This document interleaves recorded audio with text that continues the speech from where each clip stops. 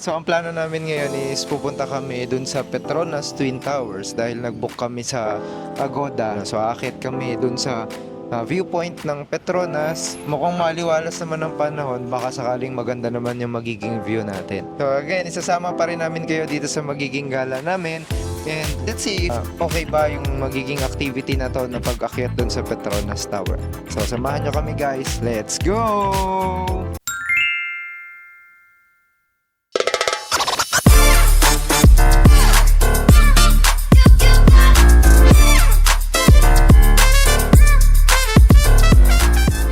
Hi Nagia Loves, this is Gian and Rina of Nagia Travels and nandito pa rin tayo ngayon sa Malaysia. Yes. Ngayon, yung kasama ko, wala pa ring bosses. So, vlog take over! Aray ko! Sabi ko na dadating din yung araw na makababawi din ako eh. Ngayon, lagot ka! Anyways, so ang plano namin ngayon is pupunta kami dun sa Petronas Twin Towers dahil nag-book kami sa Agoda ng viewing ba nung sa Petronas. So aakit kami dun sa viewpoint ng Petronas and then let's see, mukhang maliwalas naman ang panahon, baka sakaling maganda naman yung magiging view natin. And from this hotel, this sa Colony and the Lux ay magagrab lang tayo papunta dun sa KLCC Park. Bakit KLCC Park? Kasi may ongoing event ngayon dito sa may Petronas. Kaya very loaded yung ating mga Grab. So sarado yung mga daan usually dito. So ikaw, anong masasabi mo? May motor show Yun, kasi. okay. So mag-iihaw daw kami mamaya. Okay? So ako na lang magta-translate sa inyo. May Ano pa? motor show, kaya... May ibon. May ibon. Chicken wings. Okay. Sige, mamaya maghahanap tayo ng chicken wings kasi yun yung gusto niya. So again, isasama pa rin namin kayo dito sa magiging gala namin. And let's see if very ang tawag doon, okay ba yung magiging activity na to na pag-akyat doon sa Petronas Tower. So samahan nyo kami guys, let's go! So ayun yung binook natin na Grab. Ito yung driver. So ang total niya ay 24.72 ringgit. Medyo mataas talaga ngayon kasi may event eh. And then, ayan, tignan nyo. Ganyan lang siya. So, may pick-up point na tinuturo dito, which is ito. Yan. Pupunta lang kayo dyan kapag ka magbubo kayo sa Grab para hindi kayo mahirapang maghanapan ng driver. May virus sa tabi ko. May umuubo. Yan, so kung pupunta kayo ng Malaysia at ayaw nyo nang masyadong mag-withdraw ng cash, the best talaga na i-kinoconnect na yung credit card dun sa Grab app para hindi na kayo mamroblemang maghanap ng barya o kaya hindi na kayo magwo-worry kung masusuklian kayo or hindi. So, waiting pa rin kami sa Grab driver. 7 minutes pa. Ito yung aking pasyente. Yan. So, yung Petronas Twin Towers, sa Pinoy kasi, sumikat yun, or mas nakilala yun dahil dun sa pelikula ni John Lloyd tsaka ni Bea, yung Miss You Like Crazy. So, dito sila nag-shoot noon. Meron silang part na gano'n. So, papakita natin yung itsura ng kasi sabi parang dalawang couple daw na magka-holding hands. Yun yung Petronas Twin Tower. Eh, hindi tayo Twin Tower. Manipis yung Twin Tower eh. Tayo kasi. Oh. Twin stage yun. Twin ano na tayo. Coliseum. Coliseum na tayo eh. Yung disenyo niya is para ano lang daw, support din siya daw sa support system ng building mismo. Sabi ng Google. Pero since first time namin dito, lahat paniniwalaan namin. Kasi nga first time pa lang namin. So pasusunod na balik namin, hindi na kami maniniwala.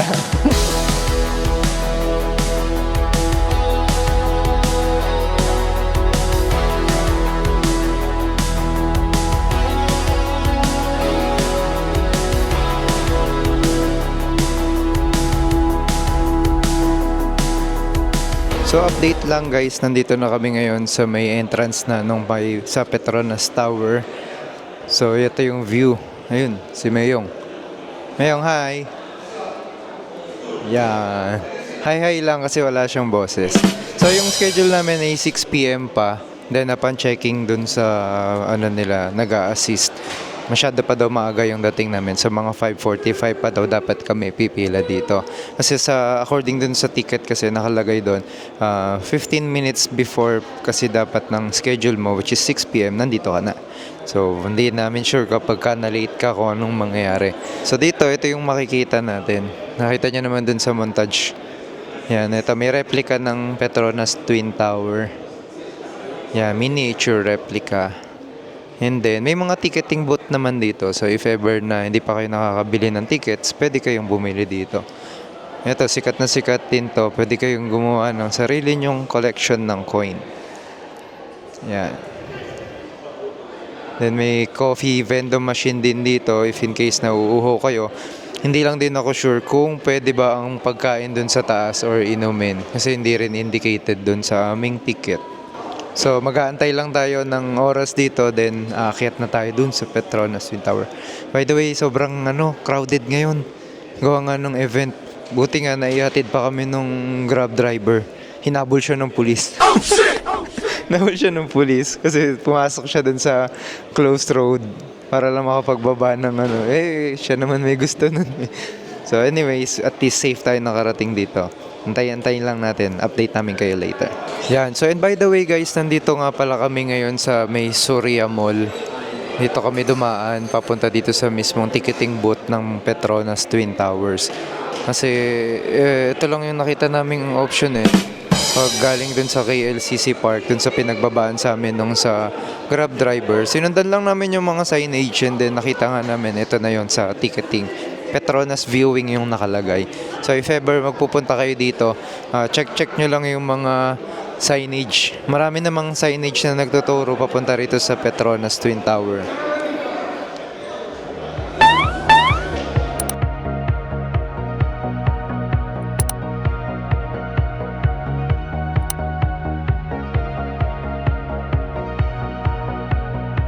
So nakapila na kami ngayon dito sa 6 p.m. line.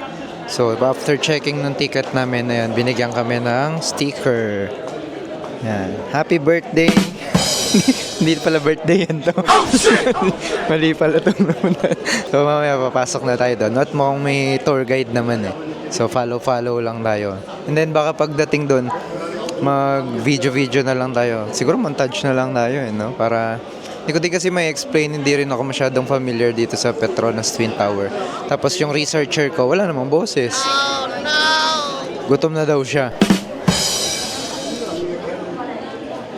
Yun daw. Yung Adam's apple daw niya malaki na. Vlog takeover!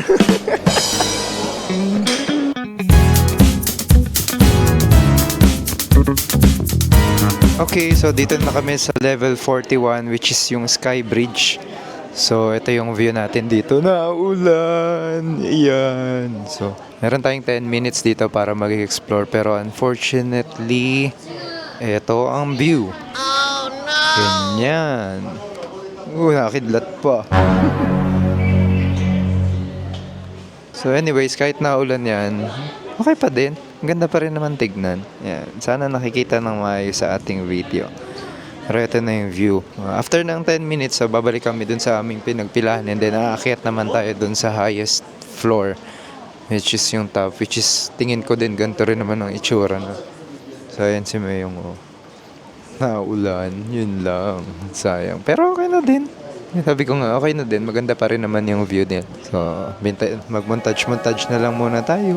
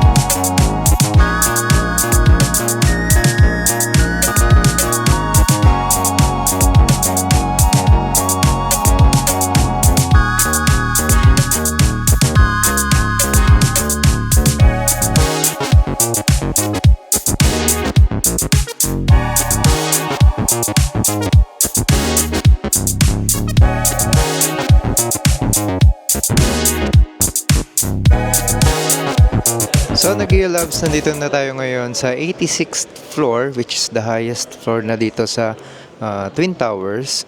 So ito yung kung based sa nakita nyo dun sa aming montage kanina.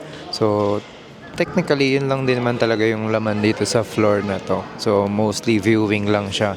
And mas ma-appreciate sana natin siya kung hindi siya foggy at hindi siya umuulan. So for now, ayan, enjoyin lang natin yung mga digital na displays nila dito. Then yung mga, ito, miniature sculptures or yung mga, ayan o, ayan, yung design ng Kuala Lumpur siguro ito. Oo nga. So, landmark of Kuala Lumpur. So, as you can see, ayan, umiilaw siya. Ito daw ay yung Dayabumi Complex. Yun.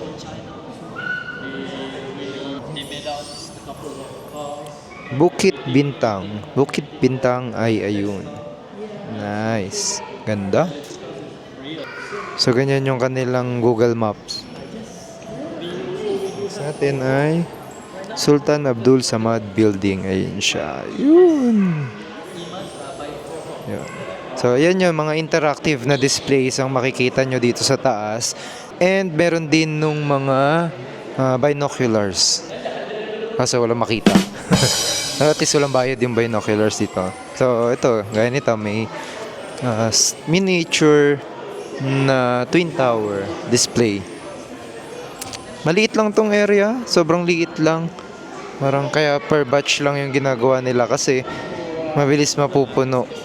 So, kapag gantong mga season, medyo nag-uulan, hindi siya masyadong ma-appreciate. Kasi nga, ang main purpose kung ba't ka umaakyat dito sa KL Tower is para makita mo yung buong view ng Kuala Lumpur. Kaso pag ganyan, no? Oh no! Wala. Sa tanaw mo lang yung sa baba, yung mga sasakyan. Pero yung majority dito ng view, wala. Sana maya-maya humupa kasi sabi 50 minutes naman daw kaming mag-i-stay dito sa taas. So hopefully few more minutes ay humupa-hupa siya kasi parang humihina naman na yung ulan. So correction guys, 15 minutes lang daw pala. Akala ko 5-0. So pinatatawag na ulit kami. Ayan, so bababa na ulit. Pababa na, no? So yun lang yung pinaka-trip dito sa Petronas Twin Towers. Ayan, so 86th floor na to. So kung interested kayo at tingin nyo naman maganda yung weather pagpunta nyo dito, siguro isama nyo sa itinerary nyo tong Petronas Twin Towers.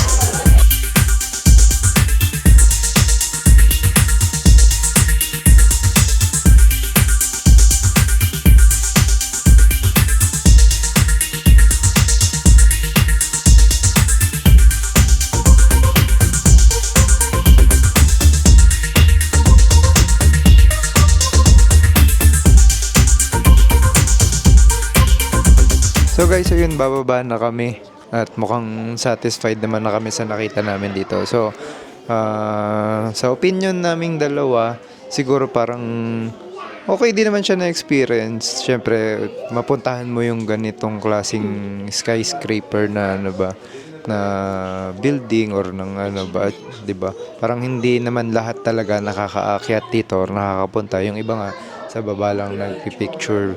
So, kung at least makasama sa bucket list nyo yung ganito, okay naman siya. Goods naman siya. Siguro namnamin nyo na lang yung oras nyo dito. Sulitin nyo lang na ma-check yung buong view. Paikot naman ito. At tingin ko naman, pagdating kasi dito sa 83rd floor, after nung kaninang 15 minutes na ibinigay, wala naman silang binigay na time limit. No? May lounge dito, may kapihan, may tinda din silang mga souvenirs. Pwede kayong bumili, pwede kayong magpa-print ng photos nyo. And, ayan, tambay-tambay, pagpalipas oras. So, medyo nakakatakot lang kumikidlat. Tingin namin bababa na kami. Then, after this, ay, ganun, sige. Bumuboses ka pa, wala ka ng boses. Ganyan nga pa. So, bababa na kami kasi para makapag-ikot-ikot naman kami dito sa Surya Mall. Diba? Anong sabi mo? Ha? Ayun, no. Nagpapapayat daw siya. Malaki daw yung chan niya.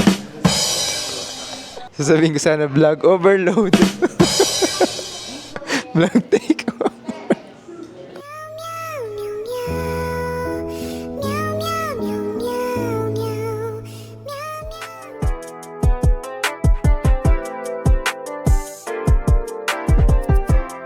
So maghahanap naman tayo ngayon ng kakainan.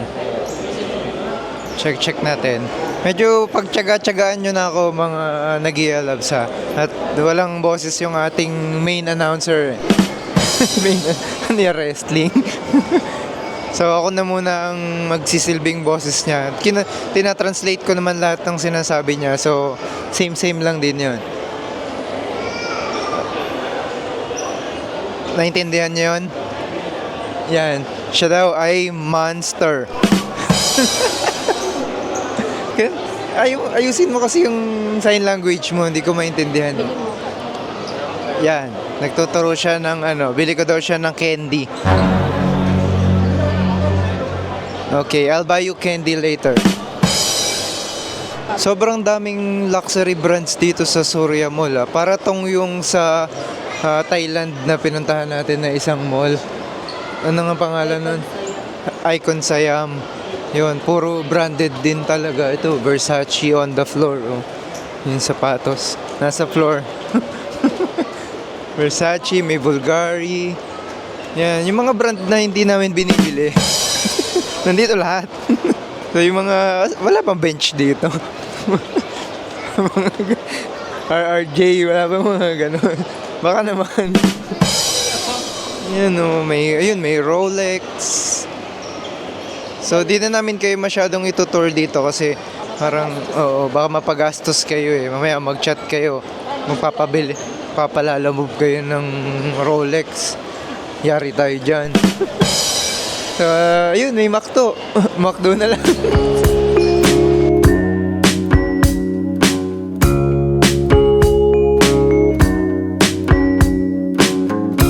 Update, so it's dinner time.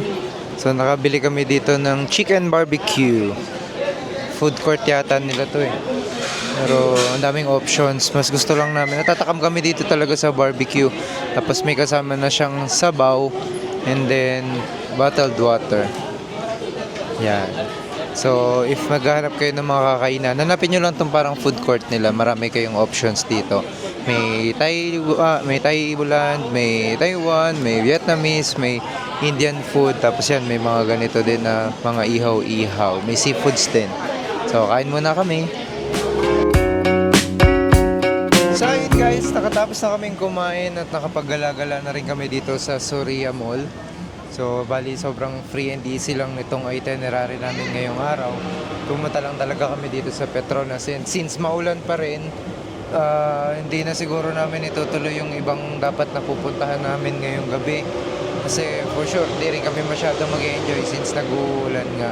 And ang hirap ng biyahe since sarado yung mga kalsada dito.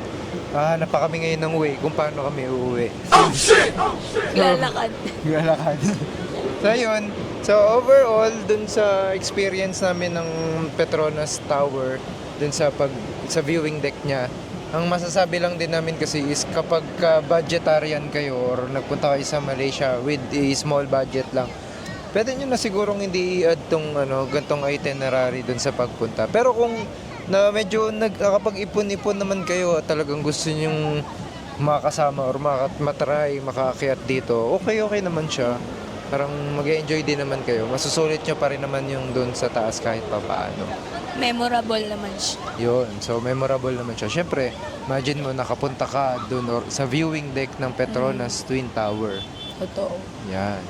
So, mag-grab na lang din siguro ulit kami papunta ng hotel. Then maaga kami magpapahinga today para at least bukas kung maganda ang weather, may mga mapupuntahan pa kami kasi ang dami pa rin talagang kailangan puntahan dito sa Malaysia.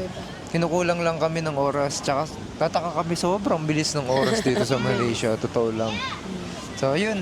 So if you are planning to book yung ganong mga experience dito, meron yan sa Agoda, meron yan sa Klook.